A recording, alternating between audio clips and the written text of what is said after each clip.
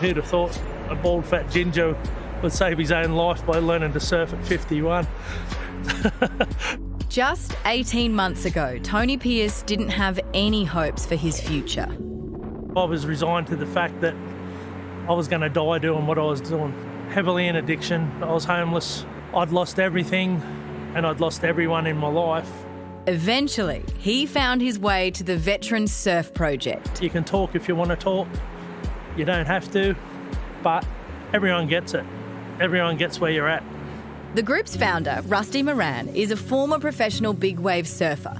After he gave the sport away, his mental health suffered. He found getting back in the water helped. Surfing was the only thing that helped me, surfing and swimming in the ocean. When he saw how much surfing helped other people too, the idea for the Veteran Surf Project was born. I was teaching a lot of local GP doctors, and one of them said, you know what I need to write is a script for 10 surfing lessons for some of my patients for surfing lessons with Rusty. And then the light bulb went off. Why can't we do that? Around 3 million Australians will be affected by PTSD at some point in their life. The rates are much higher for retired Defence Force and emergency services personnel. 1 in 4 experience PTSD. Sometimes they're crying. Grown men, grown women crying out in the surf, just sobbing because it's just emotions coming out. There's the adrenaline hit that goes through your veins when you're actually successfully conquering something that you've really strived for. Normally my head is rushing, it's full of thoughts. Some of those thoughts aren't so welcome, but while I'm on the surfboard, nothing else exists apart from me, the ocean and my surfboard. Former firefighter Michael Brown says surfing has been his salvation. It's just been a goal changer. It's just been amazing. I haven't been back in hospital since I started surfing.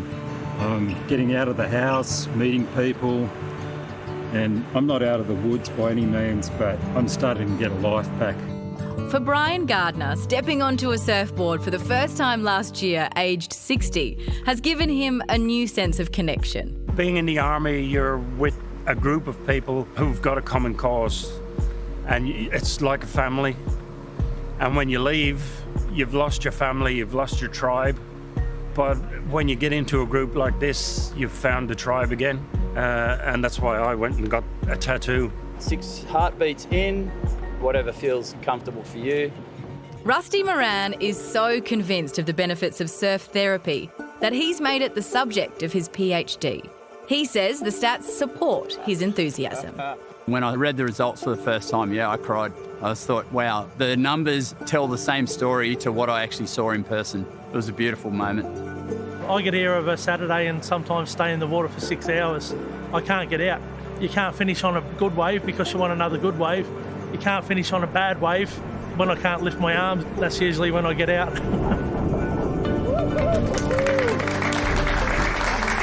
Incredible, because it's not just about the physical act of surfing and getting out and, being in nature, but also just like you can tell from what they're saying that it's also about the supportive community they've found, being able to find people who've experienced similar things and who can kind of, relate to what you're going through. And isn't it staggering, those stats? 3 million Aussies experiencing PTSD. And someone who came very late to physical exercise in life, just being out in the water is such a therapeutic thing to do. Yeah. And it's just amazing what something physical can do for your mental health. Yeah. And that's what you're focusing on. It just kind of puts a little mute button there and it just improves everything. All the details about this incredible initiative are on our website. And if you yourself are in need and in need of help, crisis support is always available 24/7 through Lifeline on 131114.